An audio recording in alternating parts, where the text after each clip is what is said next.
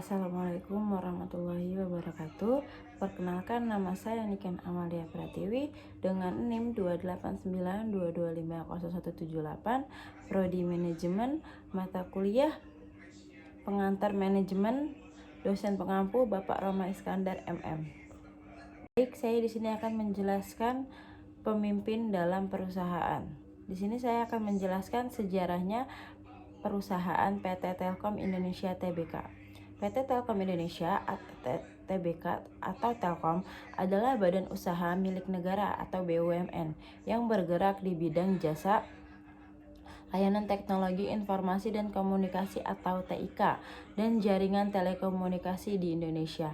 PT Telkom juga menyediakan beragam layanan komunikasi lainnya termasuk layanan interkoneksi jaringan, telepon, multimedia, data, dan layanan terkait komunikasi, internet, sewa transporter satelit atau sirkuit langganan televisi berbayar, dan layanan VoIP.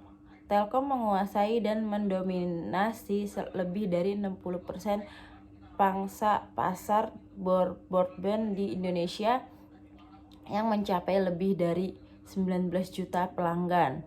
Telkom Indonesia sendiri berbentuk pada tahun 1991 berdasarkan peraturan Pemerintahan Nomor 25 Tahun 1991.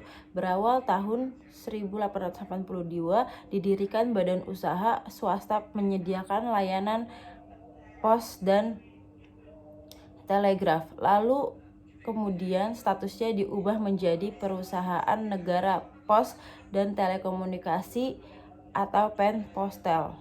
Pada tahun 1965,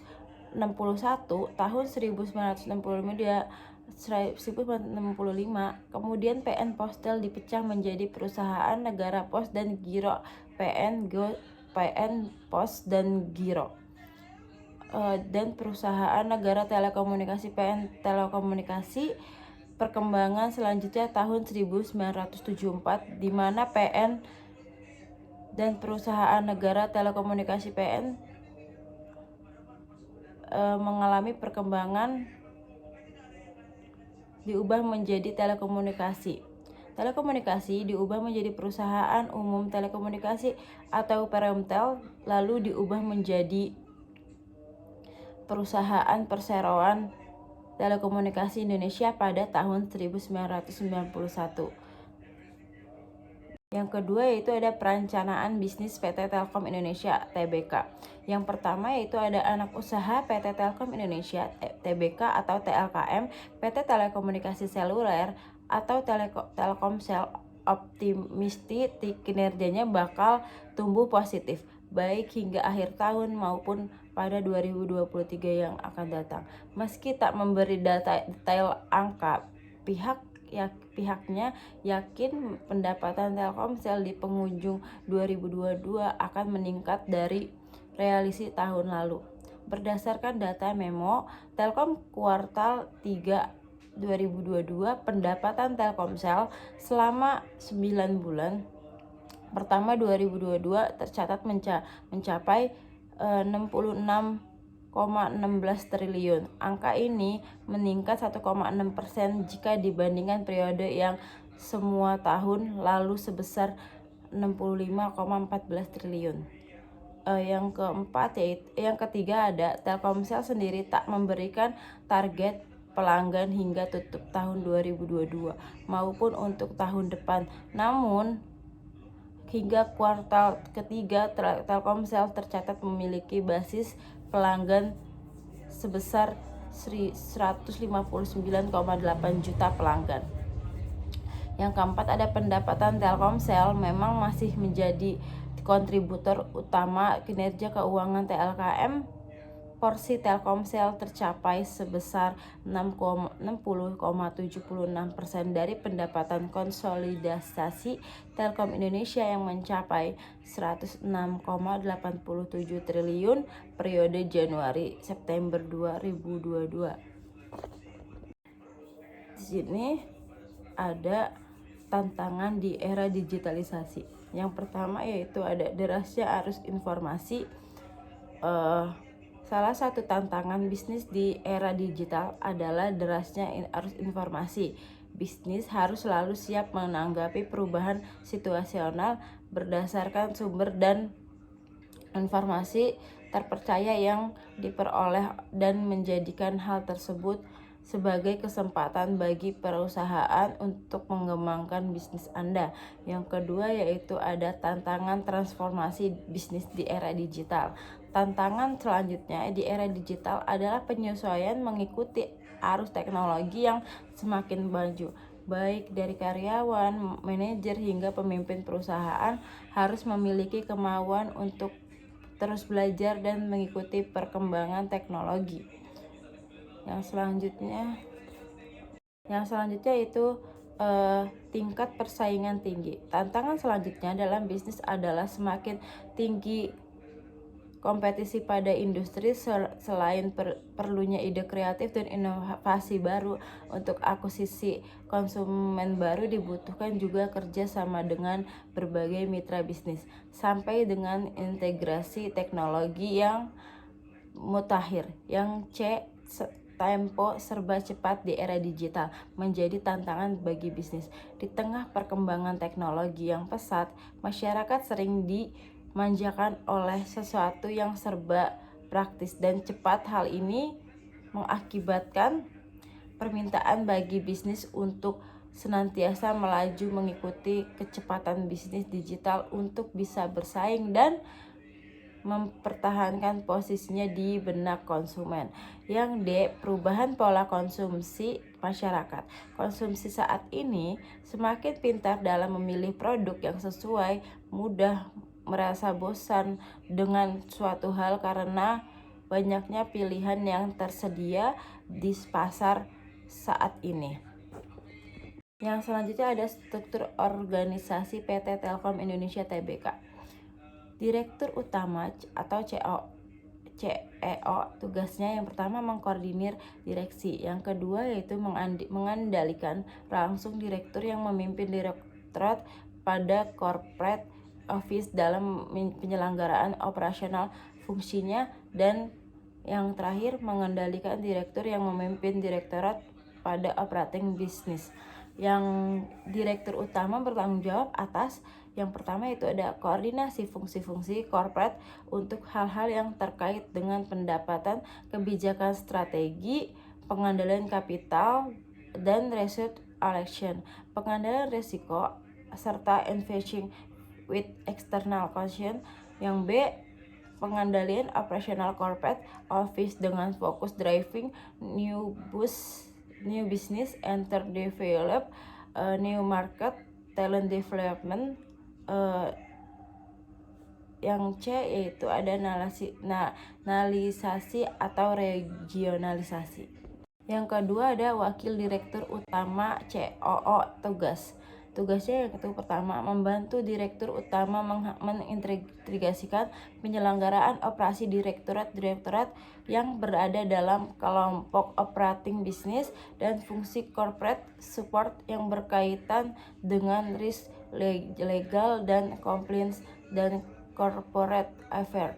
Wakil direktur utama bertanggung jawab atas kualitas dan sinergi dari perencanaan serta pelaksanaan kebijakan dan strategi operasional unit operating business atau direktorat network dan solution, direktorat consumer dan direktorat enterprise dan wholesale, sehingga dapat memenuhi sasaran kinerja yang telah ditetapkan. Yang kedua yaitu ada pengendalian operasional unit, risk management, legal, dan compliance. Yang C yaitu terbentuknya sinergi operasi dan bisnis dengan subsidiary atau perusahaan afiliasi atau asosiasi yang sudah established serta efektivitas pengelolaan sistem informasi perusahaan. Selanjutnya ada direktur keuangan atau CFO. Tugas pokok direktur keuangan di samping tugasnya sebagai anggota direksi adalah mengelola dan mengendalikan keuangan perusahaan atau fungsi Chief Financial Officer di kantor perusahaan dan seluruh unit bisnis. Yang kedua yaitu ada guna penyelenggaraan aktivitas operasional keuangan secara terpusat. Direktur keuangan mengendalikan unit finance center, yaitu untuk organisasi di luar organisasi corporate office yang diperankan sebagai pusat penyelenggara operasional keuangan. Direktur keuangan bertanggung jawab atas yang pertama yaitu ada kualitas kebijakan dan strategi yang terkait dengan financial accounting. Yang B kualitas finansial manajemen sistem atau kontrol atau kecepatan, kelengkapan, akurasi dan keandalan. Yang C itu ada efektivitas penyelenggaraan fungsi finansial perusahaan secara terpusat yang mencakup penyelenggara financial accounting, mengaccounting, dan pengelolaan sistem serta kebijakan keuangan dan logistik. Selanjutnya ada direktur sumber daya manusia bertanggung jawab atas yang pertama ada kualitas perencanaan, pengembangan dan implementasi serta kebijakan. Yang strategi pengelolaan sumber daya manusia atau yang mencakup kebijakan dalam hal workforce planning dan strategi rekrutasi, placement, pengembangan. SDM pengembangan karir, sistem remunerasi, hubungan industrial, performance, apresial, recruitment, serta administrasi dan sistem informasi manajemen SDM sehingga mampu mendukung pencapaian tujuan perusahaan. Yang B itu ada ketersediaan master plan perencanaan SDM jangka panjang, jangka menengah, dan jangka pendek yang terus diupdate sebagai rujukan induk bagi kesinambungan pengelolaan SDM. Yang C itu ada kesesuaian kebijakan dan strategi SDM terhadap berbagai regulasi ketenagakerjaan maupun terhadap perkembangan bisnis Telkom.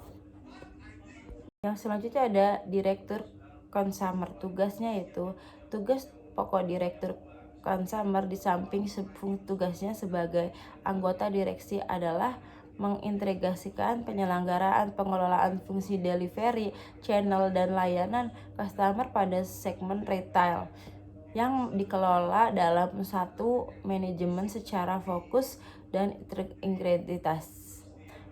EJM Drive F bertanggung jawab atas tercapainya tujuan bisnis yang diselenggarakan melalui operasi divisi regional di wilayah geografisnya yang mencakup. Yang pertama itu tercapainya target revenue, yang kedua yaitu ada tertagihnya piutang usaha dan revenue yang dihasilkan. Yang C efisiensi biaya penyelenggaraan fungsi delivery, channel, dan layanan customer segment consumer retail dengan tetap menjaga efektivitas. Gaya kepemimpinan yang diterapkan kepada Kepala PT Telkom Indonesia Tbk menggunakan pendekatan kepemimpinan partisipatif pemimpin perusahaan untuk mendorong dan memfasilitasi layanan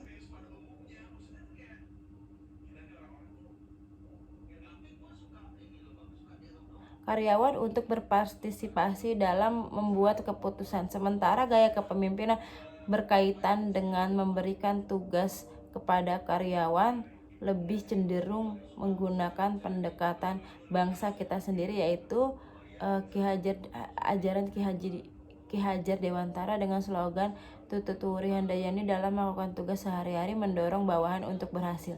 Yang kedua itu sebagai perusahaan telekomunikasi terkemuka di Indonesia, Telkom Group berkomitmen untuk menghubungkan orang-orang dan memudahkan pelanggan kami dan dalam konektivitas menciptakan lapangan kerja dan peluang bagi masyarakat serta berinovasi untuk dapat bersaing di era digital. Selanjutnya ada menghadapi era digital yang kian berkembang pesat. PT Telkom Indonesia Persero atau TBK, Telkom terus berupaya untuk bertransformasi menjadi digital telco kelas di dunia. Dapat selain beradaptasi dengan berbagai situasi, tantangan, dan kondisi pasar. Yang selanjutnya adalah percepatan adopsi digital dalam negeri, juga semakin terasa pada beragam sektor vertikal mencakup logistik, perawatan, kesehatan, pendidikan, pertanian, dan layanan keuangan yang saat ini sudah banyak memanfaatkan layanan digital. Yang selanjutnya untuk itu Telkom menghadirkan digitalisasi di berbagai sektor untuk memberikan kemudahan dan solusi bagi segala kebutuhan masyarakat. Yang selanjutnya sebagai BUMN telekomunikasi yang tengah fokus bertransformasi telah mendapatkan amanat untuk menjadi lokomotif digitalisasi yang mampu mendorong perkembangan ekosistem digital di Indonesia. Penentuan tujuan, program yang bagus harus dibuat berdasarkan tujuan atau target yang jelas. Buat tujuan jangka pendek dan panjang, dan pasti tujuan tersebut mendukung visi serta misi perusahaan atau organisasi. Hal ini menjadi pijakan untuk membuat perencanaan. Yang kedua itu penentuan durasi program. Ingin merencanakan program secara lebih detail, pastikan menetapkan durasi untuk mencapai target program, baik jangka pendek maupun jangka panjang. Adanya durasi membuat setiap anggota organisasi, karyawan, atau departemen berkomitmen untuk mencapai tujuan dalam periode yang ditemukan. Yang terakhir ada penentuan para penanggung jawab. Perusahaan, organisasi, dan bisnis ukuran sedang hingga besar memiliki departemen atau bagian berbeda. Setiap bagian harus mempunyai tanggung jawab masing-masing yang bertugas memastikan aktivitas berjalan lancar sesuai tugas masing-masing. Pastikan masing-masing bagian atau departemen memiliki penanggung jawab resmi yang diketahui oleh semua orang. Itu saja yang dapat saya sampaikan, kurang lebihnya mohon maaf. Wassalamualaikum warahmatullahi wabarakatuh.